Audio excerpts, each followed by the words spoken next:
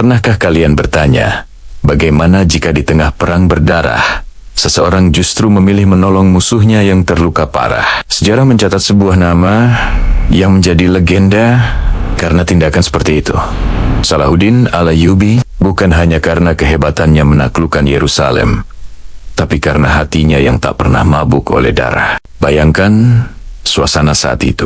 Pedang beradu kuda meringkik kesakitan, dan Yerusalem seolah menahan napas, menunggu takdirnya. Di garis depan, Salahuddin memimpin pasukan yang siap mati demi kemenangan. Namun, di tengah gemuruh pertempuran, matanya menangkap pemandangan yang berbeda. Seorang prajurit musuh, seorang satria dari Eropa, jatuh dari kudanya, terluka parah dan tak berdaya. Para tentaranya menunggu perintah. Satu kata saja dari sang panglima bisa mengakhiri hidup prajurit itu dalam sekejap. Tapi, apa yang dilakukan Salahuddin? Ia turun dari kudanya, berjalan mendekat, lalu berlutut di samping musuhnya. Ia membuka kantung airnya, memberinya minum, lalu dengan tangannya sendiri membalut luka yang menganga. Musuh tetaplah manusia, katanya pelan.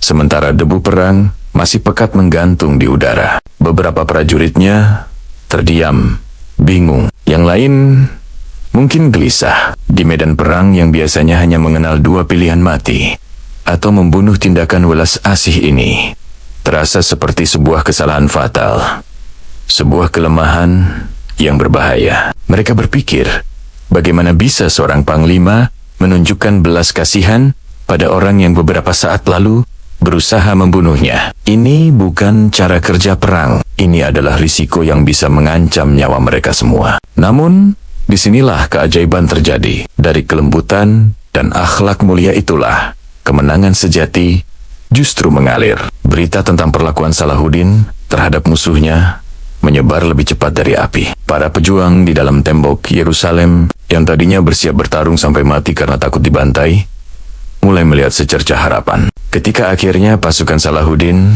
berhasil mengepung kota, tidak ada pembantaian massal seperti yang dikhawatirkan.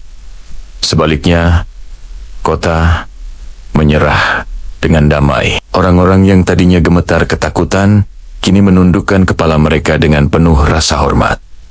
Dunia barat yang mendengar kabar ini pun tercengang. Sang penakluk yang mereka takuti ternyata tidak membawa teror, tapi membawa adab dan kemanusiaan. Dan mungkin itulah rahasia terbesar dari kehebatan Salahuddin al-Ayyubi. Ia tidak hanya menaklukkan benteng dan tembok kota, tapi ia menaklukkan hati manusia terlebih dahulu. Kemenangannya bukan hanya kemenangan militer, tapi kemenangan moral yang abadi. Kisahnya mengajarkan kita bahwa kekuatan sejati tidak selalu terletak pada ujung pedang, tapi pada kebesaran jiwa. Terima kasih sudah menonton. Jika kalian suka dengan cerita inspiratif seperti ini, jangan lupa untuk like, subscribe, dan bagikan video ini. Sampai jumpa di kisah berikutnya.